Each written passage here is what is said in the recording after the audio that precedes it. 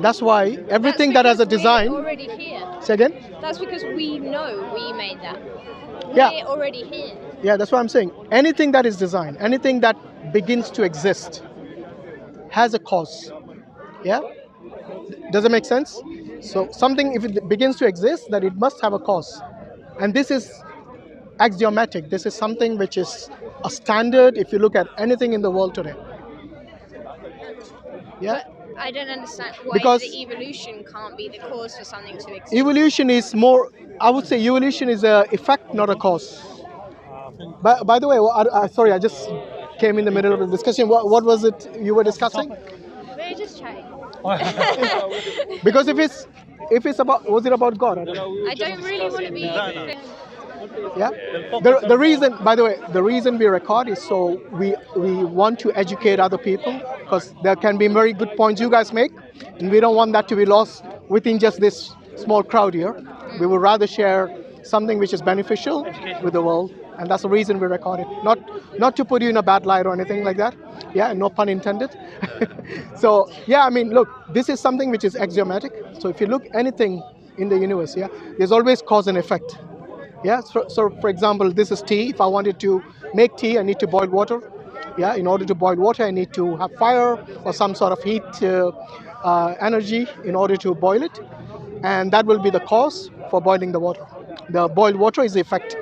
Similarly, evolution is an effect. It's not really the cause. It's not something, for example, there are other things beyond evolution. So study of the first cell.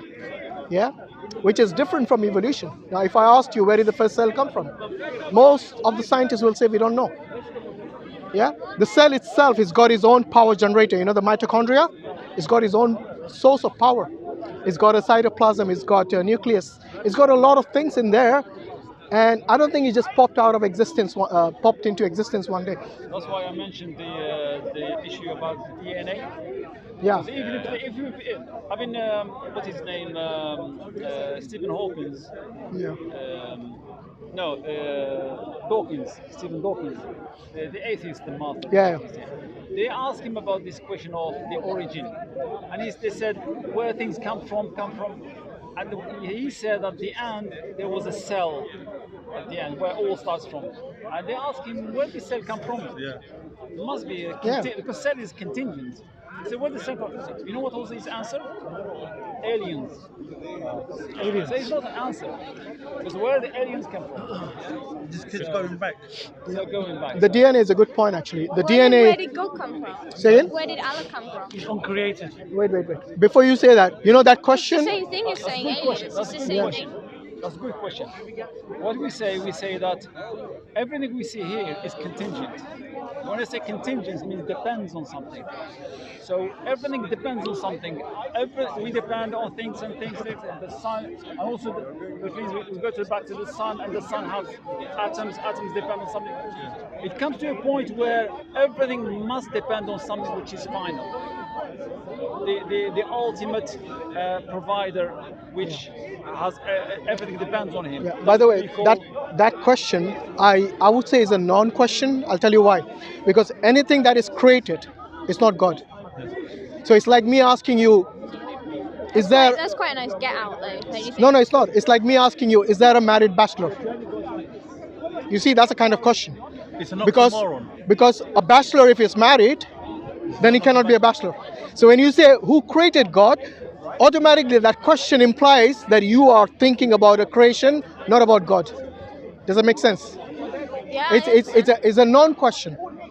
So if you know the term God, and by the way, the term God can be interpreted in so many different ways, but in Islam we have the term called Allah, and Allah can only refer to the Almighty God.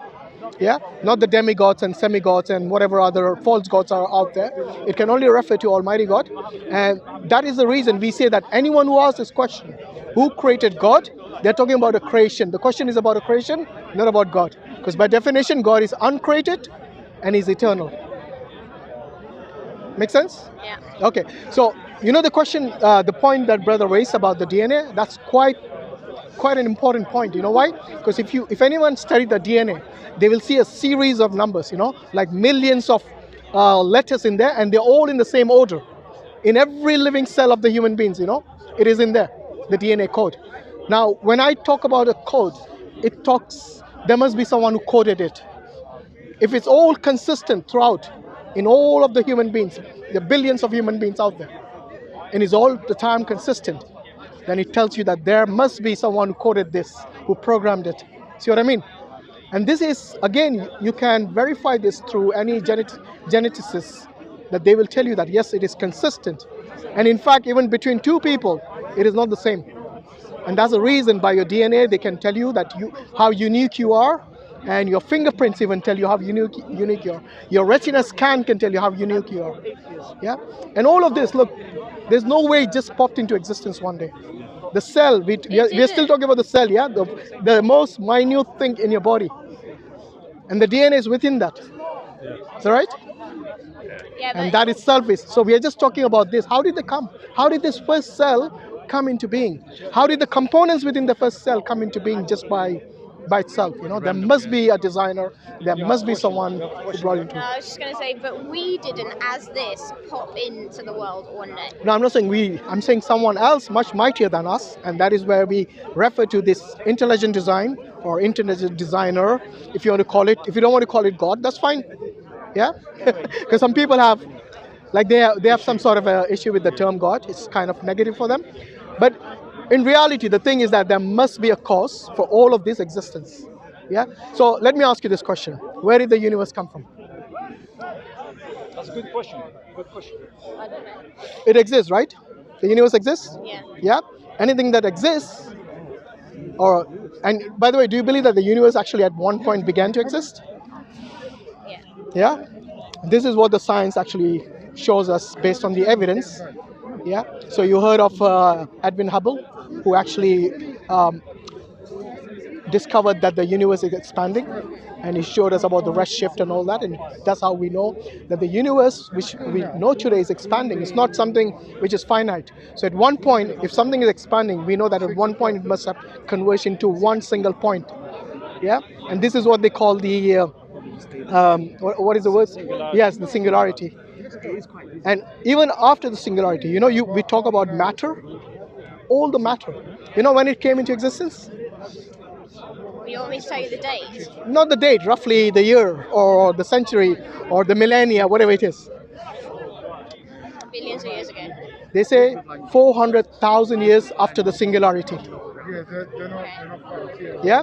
So when it began to exist, all the radiation, the gravitational force and all that, yes, whatever the physical laws of nature that we know today, yes, there was a time when all that did not exist. You know, the physical laws as we are today is not established. And even matter itself didn't exist at that time. And that's how we know that it began to exist at one point. And it's not something which is eternal, as there are hypotheses out there. So people have, you know, hypothesis in science is just like an opinion. Somebody makes an opinion, gives their opinion, and they say, okay, here it is. What the scientists then do, they have a peer review.